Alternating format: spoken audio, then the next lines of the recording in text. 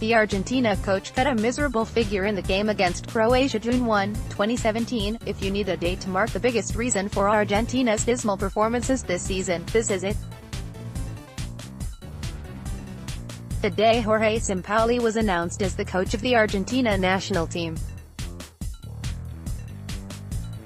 Yes, it is harsh to pin the failure of 11 players on the field on one man, especially when he wasn't even on the pitch playing as one of them. Yes, it is harsh that Sampaoli should get the blame for this debacle when they have arguably the best player in the world with them.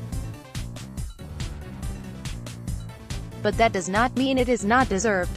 Since his appointment, Argentina have played 4 qualifiers in CONMEBOL: a 0-0 draw against Uruguay, a 1-1 draw against Venezuela, a 0-0 draw against Peru, and a 3-1 win against Ecuador.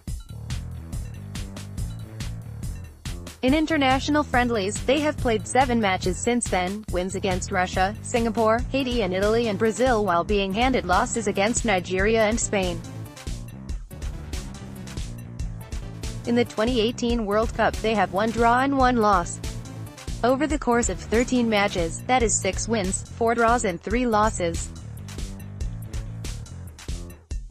The FIFA rankings of the teams they have won against are: Singapore 169, Russia 70, Haiti 104, Italy 19, Brazil 2 and Ecuador 60. Sounds decent enough, right?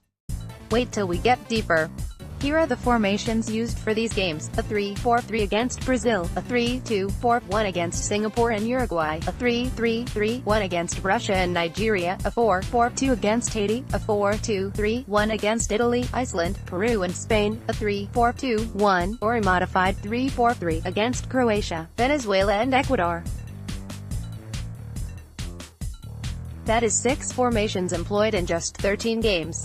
If that doesn't look like someone who doesn't know what they are doing, I don't know what is. Here comes the scorers list. Messi, 3, and own goal, 1, in the qualifiers. Messi, 3, Aguero, 3, Banega, 2, Otamendi, 1, Mercado, 1, Fazio, 1, Di Maria, 1. To make things simpler, I have include only the players who are selected for the WC. Then finally, Aguero, 1, in the WC so far. In these matches, Messi has played in the right with Dybala in the middle, he has played as the number 10 with Aguero in front of him, he has played on the right alongside Aguero. You see the pattern. Once again, there never looked like there was any concrete plan going into the tournament. Messi has not been able to deliver. His 2014 WC heroics. Is the 2018 team worse than the 2014 team that made the finals? Not really. If you remember well, the 2014 side suffered just as much but was lucky enough to get an easy group: Iran, Bosnia-Herzegovina and Nigeria, and we're saved by Messi scoring in every single one of them. The problem seems to be with the team itself.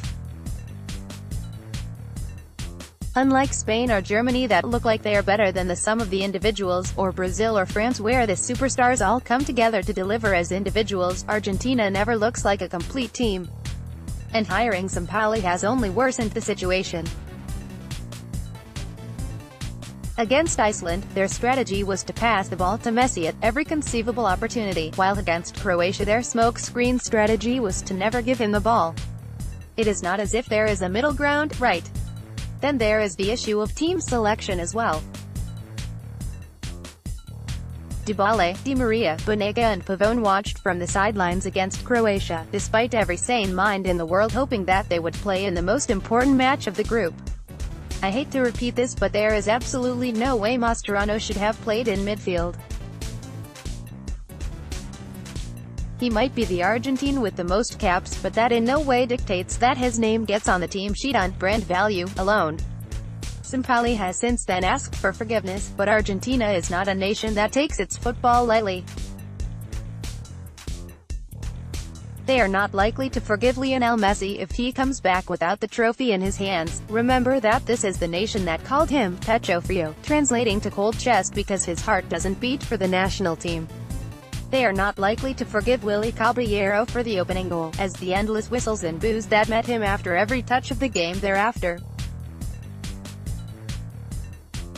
And if Argentina fail to get into the next round, which is looking more likely by the hour, Sampaoli will find forgiveness hard to come by. Sampaoli could have screamed all he wanted, but, without proper tactics, the loss was written on the wall. The World Cup is not over for Argentina. There is still a chance they get through, and they might even go on to win the whole tournament with a dramatic turnaround. But that in no way absolves Sampaoli.